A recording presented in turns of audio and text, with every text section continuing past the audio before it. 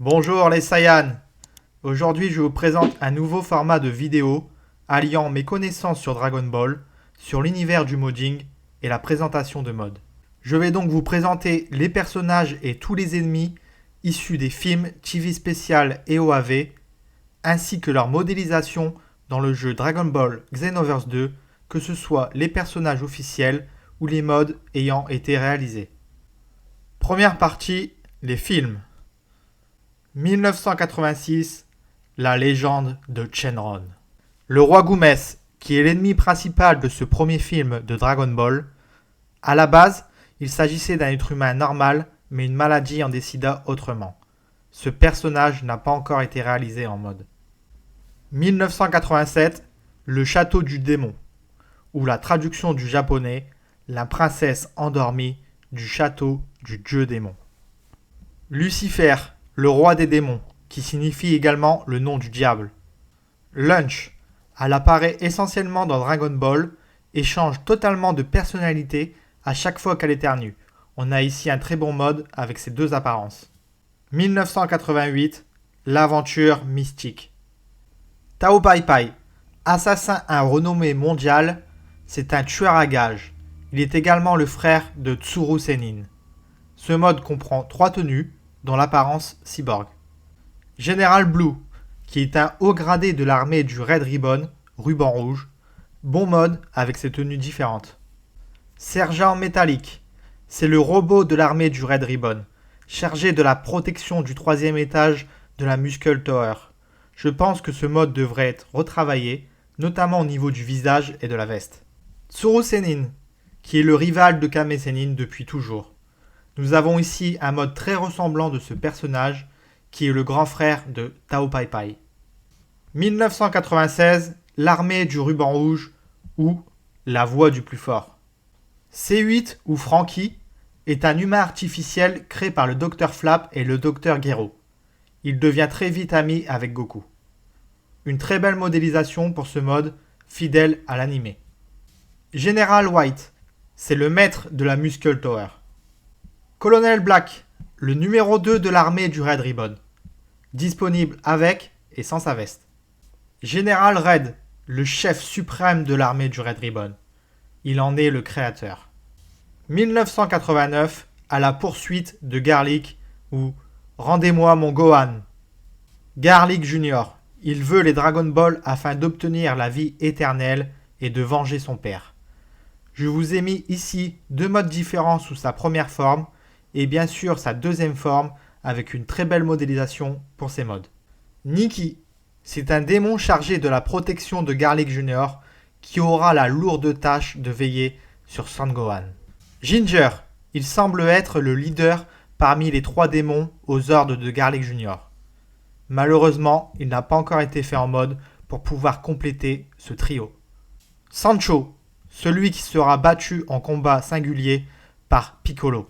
1990, le robot des glaces ou le chip le plus fort du monde. Ce film a une saveur particulière pour moi car c'est lui qui m'a fait découvrir Dragon Ball, c'est vous dire comme le temps passe vite. Dr Willow qui doit sa survie au Dr Cochin qui transplanta son cerveau dans cet énorme robot de combat. Magnifique mode que j'ai attendu très longtemps.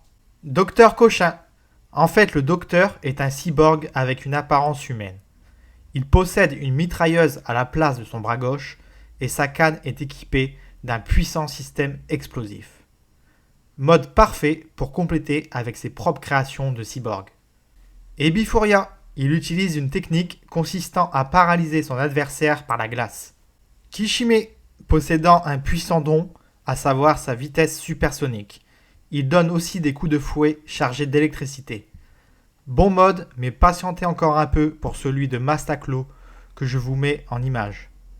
Mizokatsun, sa corpulence est si souple qu'il est très difficile de l'atteindre. Un plaisir d'avoir ce personnage sur Xenoverse 2. 1990, le combat fratricide, ou plutôt la grande bataille décisive autour de la Terre. Thalès, comme vous le savez, c'est un Saiyan et le chef d'un groupe de mercenaires parcourant l'espace à la recherche de planètes propices au développement du Shinsenju l'arbre de puissance. Déjà présent dans le jeu, pour notre plus grand plaisir à tous. Amondo, le leader du groupe de Thalès. Deizu, à savoir que c'est un prince déchu. C'est mon mode, mais fait il y a un moment, je pense qu'il serait à revoir. Rakazei et Rezun. Ils furent réanimés par Thalès à partir de fossiles en utilisant l'arbre sacré. Mode à revoir également pour correspondre parfaitement à leur apparence. Kakao, c'était à l'origine un cyborg de combat construit sur la planète Ikonda pour combattre dans une guerre interstellaire. 1991, la menace de Namek ou Sangoku, le Super Saiyan. Slug, il veut transformer notre Terre pour qu'elle devienne sa planète et son moyen de transport. Déjà présent dans le jeu de base. Medamacha, il crée des mini-clones de lui-même à l'intérieur de son corps. Un mode qui serait intéressant de voir. Anguilla, il utilise des techniques basées sur l'étirement des bras ou encore des kikoa par les yeux. Mode réalisé par mes soins. Zun, il est exécuté par Slug après avoir insinué qu'il était déjà bien vieux. Franchement, rien à dire, superbe mode. 1991, la revanche de couleur. Ou l'incroyable plus fort contre le plus fort. Couleur. En 737, il s'interpose pour ne pas détruire la capsule abritant Goku, car ce sont les problèmes de son frère. Bandai nous a fait plaisir avec sa 4e forme et sa forme finale présente dans le film. Sauzer, c'est le leader de l'escadron qui est dédié à Couleur. Neizu, tout comme les tortues, il a la capacité de rentrer sa tête dans son corps. Dor, il se montre très cruel envers Sangohan qui malmènera à 2 reprises. Je vous ai mis 2 versions de ces 3 personnages car certains liens sont payants. 1992, 100 000 guerriers de métal. Ou Choc, les soldats à la puissance de 10 milliards. Metal Couleur, qui est un clone métallique de Couleur conçu par le Big Getester. Les robots, ce sont eux qui capturent les Namek vivant sur la planète. Pas encore de mode sur ces personnages secondaires. 1992, l'offensive des cyborgs. Ou la bataille de l'extrême, les 3 grands Super Saiyans. C13, qui a le même objectif que tous les autres humains artificiels depuis numéro 9, anéantir Son Goku. Super C13, la fusion avec C14 et C15, qui je pense manque à beaucoup de monde dans le roster de base du jeu. C14, qui contrairement à tous les autres androïdes créés par Gero ou son ordinateur, il a les yeux bruns au lieu d'être bleus. C'est mon mode, mais franchement, faudrait revoir le visage. C15, il est particulièrement fourbe lors des combats et intervient régulièrement par derrière. Excellent mode, disponible également sans son chapeau, pareil que tout à l'heure, 2 versions.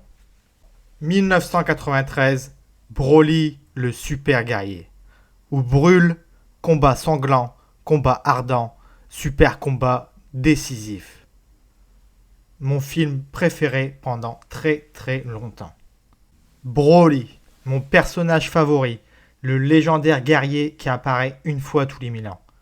Disponible sous sa forme de base et son Super Saiyan contrôlé en mode, et bien entendu sous sa forme de Super Saiyan légendaire dans le roster du jeu. Paragus et son histoire tragique. Le roi Vegeta laissant pour mort Broly et son père sur une planète qu'il détruit immédiatement après. Moa, le serviteur de Paragus. Angol, il est chargé de surveiller les habitants de Chamoé. 1993, les mercenaires de l'espace. Ou la galaxie au bord du chaos, l'extraordinaire destructeur. Bojack, qui est un criminel intergalactique qui avait été enfermé par les 4 caillots dans une prison de l'autre monde. Heureusement, la seconde forme a été faite en mode. Bido, il est le second à intervenir dans le film et tue froidement Doskoy. Zangia, on se souvient tous comment Bojack la pousse devant lui en tirant un Kikoa sur Gohan à travers elle, la tuant sur le coup. Gokua, qui est le seul à se transformer en dehors évidemment de Bojack. Ces 2 formes sont disponibles en mode. Bouin, il semble détenir des pouvoirs de télékinésie et de magie. Super mode permettant de compléter cette équipe de criminels. 1994, rivaux dangereux, où duo risqué, le super guerrier n'a pas de répit. On retrouve le Broly du second film, capable de se transformer en Super Saiyan classique. 1994, Dragon Ball Z Bio Broly, où le super guerrier est défait, celui qui gagnera, ce sera moi. Bio Broly. Étant sorti avant que le processus ne prenne fin, le bouillon de culture a alors recouvert son corps, faisant de lui un clone raté. A noter que c'est un mode de Xenoverse 1 qui est à revoir. On pourrait également citer dans ce film les guerriers issus de la biotechnologie. 1995, Fusion, ou la résurrection de la fusion, Goku et Vegeta. Janemba, c'est un concentré de toutes les auras maléfiques défuntes. Il a été créé accidentellement. On attend toujours sa première forme en mode. Pai Kuan, combattant du royaume des morts de la zone ouest, fidèle à l'animé, ce mode est disponible avec et sans son turban. Gogeta, la première apparition non canon de la fusion métamol de Goku et Vegeta. 1995, l'attaque du dragon, où Ryuken explose. Si Goku ne le fait pas, qui le fera? Hildegarde. Il y a des milliers d'années, sur la pacifique planète Konats, un groupe de magiciens noirs, les Kashvars, effectuèrent un rituel ancien qui fut renaître ce monstre antique, disponible sous sa première et sa magnifique deuxième forme. 2013, Battle of God. Beerus, qui pour l'anecdote, en l'an moins 75 millions, n'a pas été d'accord avec le vieux Kaioshin sur une de ses décisions prises. Pour le punir, il l'enferme alors dans la fameuse Z-World. Toujours accompagné de Whis, l'un des 12 anges chargés de guider les dieux de la destruction, considéré comme l'être le plus puissant de l'univers 7. 2015, la résurrection de Freezer. Golden Freezer. Voilà donc le résultat après 4 mois d'entraînement. Tagoma, qui fait partie de l'élite. Son potentiel rivalise avec ceux de Dodoria et Zarbon, deux tenues avec et sans son scouter. Shisami, c'est un guerrier d'élite de Freezer. Il a aussi pour chef Sorbet. Sorbet, qui est l'officier qui gère l'empire de Freezer pendant sa mort. 2018, Dragon Ball Super, Broly. Je vous pose la question, le meilleur film Dragon Ball selon vous? Broly, qui était né avec un potentiel immense de puissance. Il fut craint par le roi Vegeta et exilé sur une planète hostile 5 ans avant la destruction de sa planète natale. L'un des modes les plus attendus, disponible sous toutes ses tenues et toutes ses formes. Paragus, attention, spoiler, il est tué froidement par Freezer de la même manière qu'il tue le Saiyan Beats, l'accompagnant sur la planète Vampa. Chilai, elle était une délinquante qui était poursuivie par la patrouille galactique. Elle a rejoint l'armée de Freezer, espérant qu'on la laisse tranquille grâce à la protection du tyran. Le mode est à revoir, notamment au niveau de son sac. Lemo, c'est un ancien soldat de Freezer, donc un déserteur avec son ami Chilai. Sans négliger le travail du modeur, le mode est à revoir dans sa globalité, je pense. Bardock, avec la tenue du film Dragon Ball Super Broly. Et enfin, Gogeta Blue, rendu canon dans ce film. Deuxième partie, les Chibi spéciales. 1990, Bardock contre Freezer, ou le tout dernier combat, seul contre tous, le père du guerrier Z, Kakaroto, défie Frieza. Bardock, qui après avoir rasé la planète Kanasa, est attaqué par surprise par Toho, un guerrier qui lui fait don de clairvoyance. Celipa, c'est une guerrière, mais elle se montra plus clémente avec les enfants que les autres membres de sa troupe, en conseillant à Bardock d'aller voir son fils qui venait de naître. Totepo, il ne parle quasiment jamais et se contente de manger. Thomas, ce Saiyan semble être le lieutenant de Bardock et semble lui témoigner un grand respect. Pumbukin, qui étant un Saiyan, lors des nuits de pleine lune, il prend l'apparence d'un Ozaru, tout comme ses confrères de la même race. 1993, l'histoire de Trunks, où, opposition au désespoir, les super guerriers restants, Gohan et Trunks. Trunks, Avec l'une des plus belles scènes lorsqu'il découvre le corps de son mentor Gohan, il laisse exploser sa colère et se transforme en Super Saiyan. Gohan futur, qui est bien sûr présent dans le roster du jeu. C17 et bien sûr C18, les frères jumeaux qui ont tant fait de mal dans ce futur. Troisième partie, OAV. 1993 et 2010 remake, le plan d'éradiction des Saiyans. Hachak, il stocke toutes les ondes négatives des Tsu-Ful lors du génocide, ainsi que la haine du docteur Raishi envers les Saiyans. Très bon mode réalisé il y a déjà longtemps. Et pour finir, le docteur Raichi, qui était un célèbre scientifique du peuple Tsu-Ful. On arrive donc à la fin de cette vidéo. Je tenais à remercier toutes les personnes qui me soutiennent, que ce soit avec vos commentaires ou tout simplement vos likes. N'hésitez pas à me faire savoir si ce format de vidéo beaucoup plus travaillé vous plaît.